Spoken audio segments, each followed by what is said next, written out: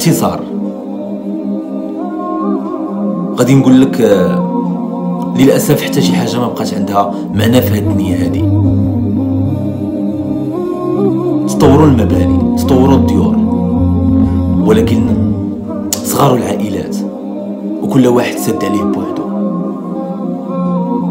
تطور الطب ولكن الناس ما بقاتش عندها الصحه وكلشي ولا كيعاني من المرض.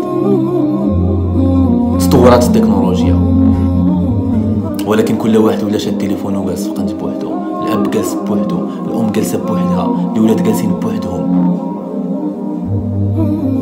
تطورات السيارات، وسائل النقل، ولكن نسينا صلة الرحم مع الناس اللي قرابين لينا. زادت الفلوس، علات الثروات، ولكن حتى شي واحد ما كيقول الحمد لله. مبقاتش القناعة.